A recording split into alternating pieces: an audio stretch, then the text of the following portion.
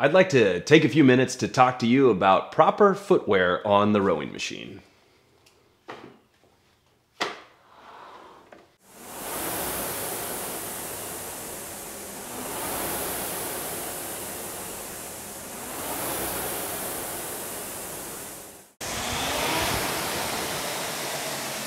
Now, in all likelihood, you know better than to wear saddle shoes, wingtips, or boat shoes when rowing on the rowing machine, but there are some other do's and don'ts when it comes to footwear. Some athletes choose to row barefoot or just in socks when they're on the rowing machine.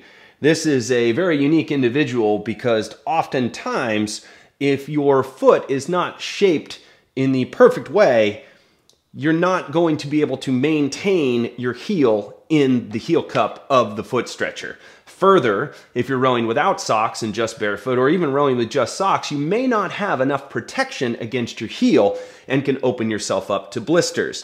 Now that's the downside of rowing with barefoot or just socks. But there is a plus side, and the plus side is you lose absolutely nothing when it comes to the transfer of power onto the footboards of the rowing machine. If you are an athlete whose foot fits nicely into the heel cup of the rowing machine and you're not one who blisters easily, you may want to consider rowing barefoot or in socks. On the polar opposite side of the spectrum, athletes can make the mistake of wearing footwear similar to what I have on now. And what I have on now is a heavily cushioned running shoe.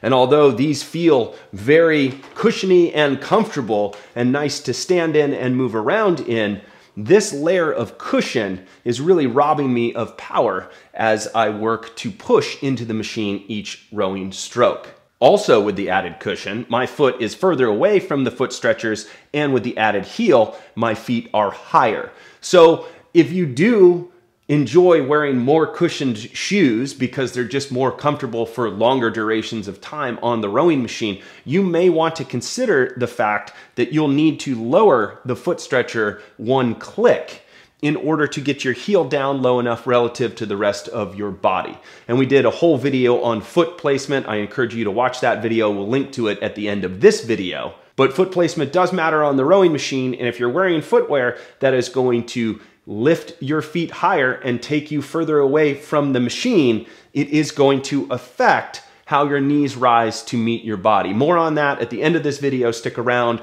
We will link to the foot placement video. With the extra cushion, we create a situation that can potentially be robbing us of power each stroke that we take on the machine because our feet are pushing into the cushion as opposed to pushing into the footboard. So we have to overcome the cushioning before we're able to get full power into the machine. So for the reasons I just mentioned, having an ultra cushioned running shoe may not be the best option for you on the rowing machine. A great potential choice for you on the rowing machine when it comes to footwear is something like Vans or Chuck Taylors or these skate shoes that I have here.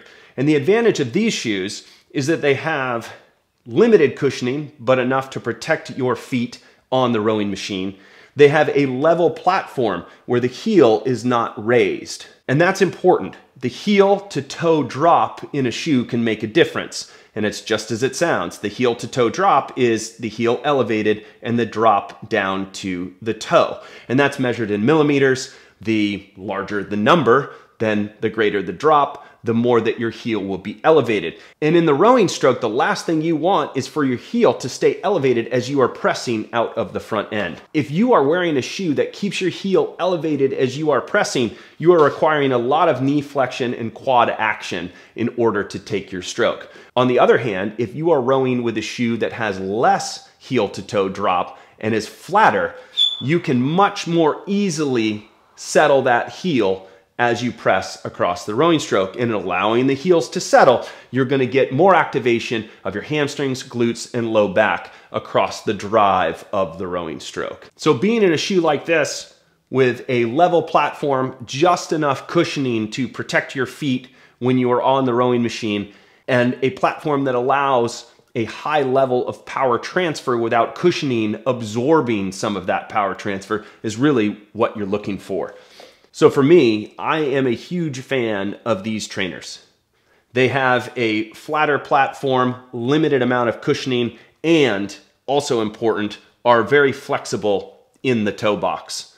And that comes in handy as we roll into the front end of the rowing stroke and the heels start to rise slightly and then settle. We want to make sure that movement exists here. Now, they are a mid-top, but that isn't necessarily a problem because it cuts down low in the heel. And we want to make sure that it's a lower heel. If we're going to wear mid-tops, we want to make sure that that cuts low. And the reason that that needs to cut low is that when we press, we want to make sure that the heel is not coming up and pushing into the back of our calf, causing any sort of blisters or abrasions as we row.